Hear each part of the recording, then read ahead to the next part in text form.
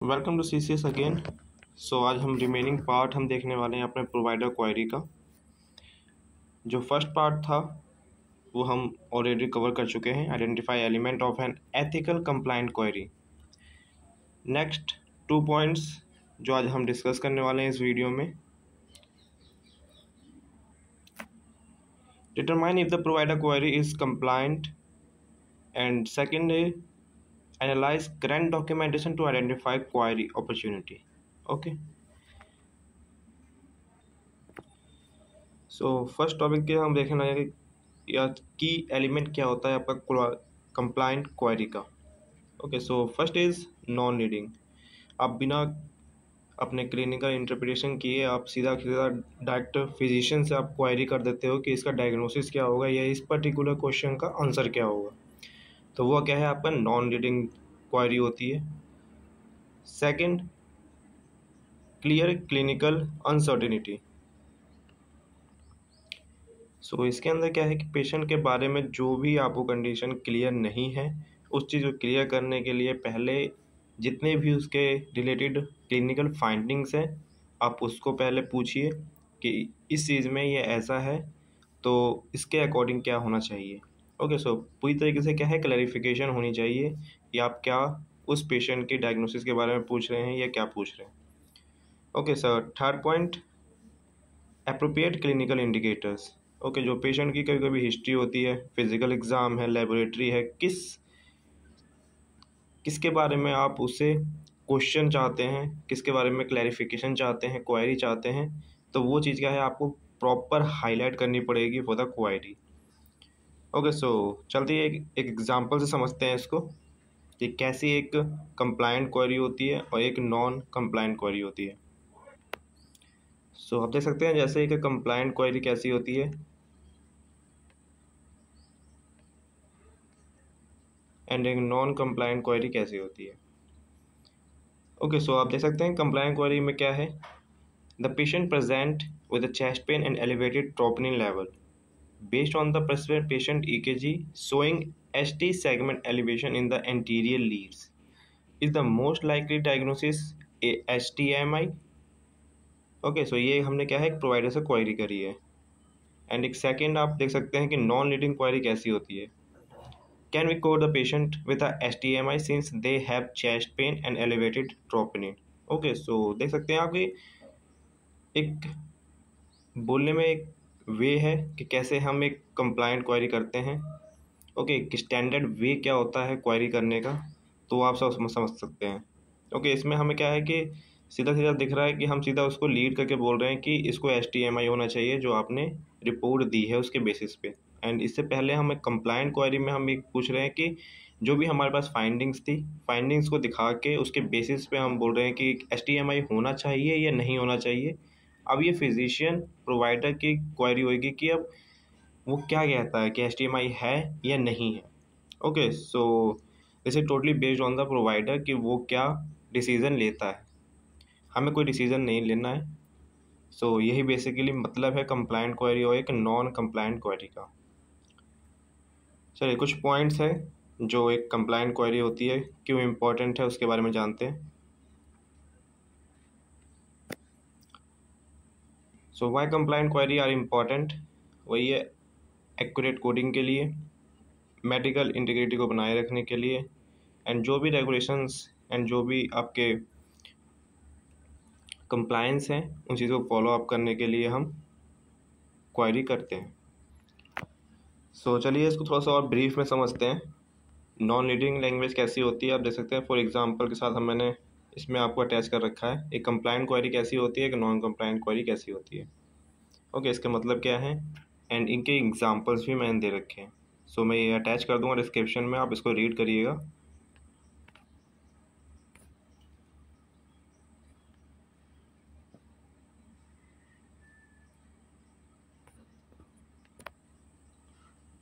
Second, containing appropriate clinical indicators, उसका compliant query है, non compliant query है।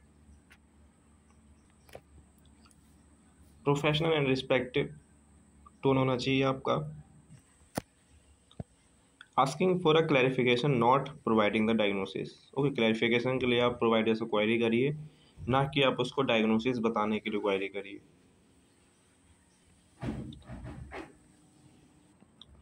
सो adherence to coding guidelines, इसमें जितने भी आपके कोडिंग गाइडलाइंस हैं CPT, ICT and CM, PCS, okay, इन सब के अकॉर्डिंग ही आपको क्या है क्वेरीज करनी है कि फिजिशियन से। Compliance with the documentation standard, laterality और स्पेसिफिसिटी, अगर कभी आपको लैटरिटी और स्पेसिफिसिटी के लिए क्वेरी करनी है, you can ask. No influence on clinical judgement, okay, so इसको समझते हैं हम एग्जांपल से। जैसे एग्जांपल होता है क्वेरी कैसी है, the diagnosis of a diabetic mellitus is noted but it is unclear whether the patient has type 1 or type 2 diabetes. Could you please clarify the based on the clinical presentation? And non compliant अगर आप दे सकते हैं तो patient has a diabetic, would you consider prescribing insulin to clarify the diagnosis? Okay, so ये एक non complaint query है, तो वही है कि आपको क्लिनिकली इसको जज नहीं करना है। ओके, सो जो आपको आस्क करना है किसी क्लैरिफिकेशन के बारे में तो आप उसके बारे में पूछिए, that's all. Okay, and last point is respective for the patient confidentiality. Okay, जो भी पेशेंट की कॉन्फिडेंटिलिटी है उसको भी आपको हिप्पा के अकॉर्डिंग आपको उसको मेंटेन करना है एंड उसको रिवील नहीं करना। ओके, लास्ट टॉपिक आज हम देखते हैं analyse current documentation to identify query opportunity. Okay, so इसमें आप देख सकते हो कि कहाँ कहाँ किस सिनेरियो में हम क्वेरी अपॉर्चुनिटी को कर सकते हैं।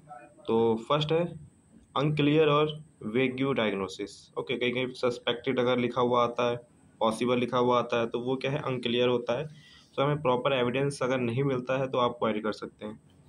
दूसरा, अगर सीवियरिटी को लेकर अगर आपको क्वेरी है तो आप वो कर सकते हैं। ओके, कोई अगर डॉक्यूमेंटेशन सही से है नहीं उसके अंदर, तो डायग्नोसिस प्रॉपर नहीं समझ में आ रहा तो आप उसके लिए क्वेरी कर सकते हैं।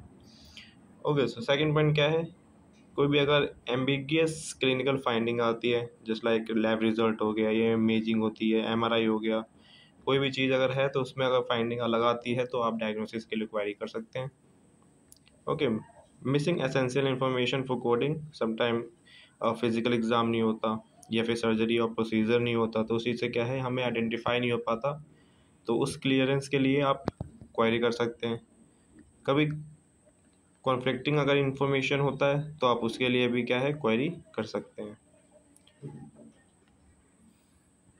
How to approach query generation, तो ये जैसे मैं आपको ऑलरेडी समझा चुका हूँ कि कैसे क्वेरी करनी है कंप्लाइंट और नॉन कंप्लाइंट वे में।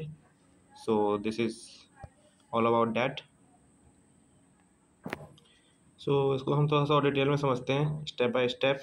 Okay, so first is review diagnosis for missing specificity. Okay, जैसे एग्जांपल भी दे सकते हैं, the discharge summary list pneumonia but there is no indication whether it is community acquired or hospital acquired, could you please clarify. Okay, so अगर specificity पता नहीं चल पा रही है तो आप उसके लिए क्लैरिफिकेशन चाह सकते हैं, तो वो आप पूछ सकते हैं। सेकेंड, अगर लैटरिटी इशू आए तो आप वो क्वेरी कर सकते हैं। ओके, सो मोस्टली कभी कभी क्या होता है फ्रैक्चर के बारे में बता देते हैं बट लैटरिटी मेंशन नहीं होती। ओके, या फिर जॉइंट रिप्लेसमेंट होता है तो जॉइंट रिप्लेसमेंट के बारे में नहीं होता। कोई एक्टमी हो गई है किसी पार्ट की तो उसके बारे में भी क्या है प्रॉपर इन्फॉर्मेशन नहीं होती है, तो आप क्वेरी कर सकते हैं। Identify comorbidities and complication, sometime क्या है कि हमें दो कोर्स के बीच में क्या है कॉम्बिनेशन देना पड़ता है, तो उसके हिसाब से क्या है जो DRG असाइनमेंट है उसमें बहुत चेंजेस आ जाते हैं। So that's Y reimbursement purpose के लिए हमें वो भी चीज़ का क्लैरिफाई करना पड़ता है कि कभी कभी फिजिशियन दो डायग्नोसिस को लिंक कर देते हैं, तो वो लिंक है कि नहीं है उसको हमें क्लैरिफाई करना होता है। सो वही चीज़ है इसके अंदर। लुक फॉर इनकम्प्लीट और इनकन्क्लूसिव डायग्नोसिस, समटाइम क्या होता है कुछ डिसीज़ ऐसे होती हैं जो बहुत क्रिटिकल होती है, जैसे लाइक स्ट्रोक, कैंसर और सेप्सिस। ओके, सो इसके बारे में क्या है हमें अगर टोटली क्लैरिफिकेशन नहीं मिलता है डॉक्यूमेंटेशन में, कंप्लीट क्लैरिफिकेशन नहीं मिलता, तो you can query to the physician. Sometime क्या है कि हमारा जो हेडर फुटर पे होता है वो प्रोसीजर के बारे में मेंशन होता है, बट कभी कभी क्या है प्रोसीजर कंप्लीट नहीं होता डॉक्यूमेंटेशन में, तो उसके लिए भी अगर आप क्वेरी करना चाहते हैं तो आप क्वेरी कर सकते हैं। 6, एक्सेस फॉर द मिस और अंडर रिपोर्टेड ICD-10 कोड्स। कभी कभी क्या है, हमारे पास कुछ कोड्स अवेलेबल नहीं होते, तो बेस्ड ऑन दिस कोड्स क्या आप क्लैरिफिकेशन चाहते हैं नहीं चाहते, आप क्वेरी कर सकते हैं फिजिशियन से। इवेलुएट अनक्लियर और इनकंसिस्टेंट टर्मिनोलॉजी। ओके, समटाइम क्या होता है कि एक्यूट और क्रोनिक कभी कभी क्या है मेंशन नहीं होता, तो इन पेशेंट और आउट पेशेंट के अकॉर्डिंग क्या है हमें डिसीजन लेना पड़ता है कि एक्यूट कंडीशन है या क्रोनिक कंडीशन है, तो उसके अकॉर्डिंग क्या है कोड भी क्या है चेंजेस होते हैं। So that's why we need clarification about that. तो हम क्या है प्रॉपर कोड देते हैं, अदरवाइज अनस्पेसिफाइड कोड ही देना पड़ता है। सो इस चीज़ के लिए क्या है हमें क्लैरिफाई करना ज़रूरी है। 8, चेक फॉर द इनकन्सिस्टेंस और missing discharge diagnosis. Okay, sometime क्या है डिस्चार्ज डायग्नोसिस ही मिसिंग होता है, तो उसके बेसिस पे भी क्या है हमें क्लैरिफाई नहीं होता कि प्रॉपर डायग्नोसिस उसको है या नहीं है, तो उस चीज़ को क्लैरिफाई करने के लिए आप क्वेरी कर सकते हैं। एंश्योर प्रॉपर डॉक्यूमेंटेशन और procedure for DRG and APC assignment. तो जैसा आप जानते हैं कि DRG एंड APC जो आपका है ambulatory payment classification and DRG is diagnosis related group. तो ये दो तरह के ग्रुप है जो रिएम्बर्समेंट पर्पज़ के लिए क्या है यूज़ किए जाते हैं। सो बेस्ड ऑन दिस हमें क्या है हर एक चीज़ क्या है क्लैरिफाई होना चाहिए कि किसी पार्ट का एक्टिमी हुआ है या फिर लैप्रोस्कोपी हुआ है, ओपन है या क्लोज है, क्या प्रोसीजर परफॉर्म किया गया है, उसके बेसिस पे क्या है हम APC और DRG में क्या है उस चीज़ को हम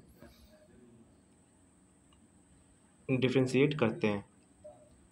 सो this is all about that. तो आज के लिए हम इतनी रखते हैं, बाकी नेक्स्ट टॉपिक हम नेक्स्ट वीडियो में करेंगे। Thank you.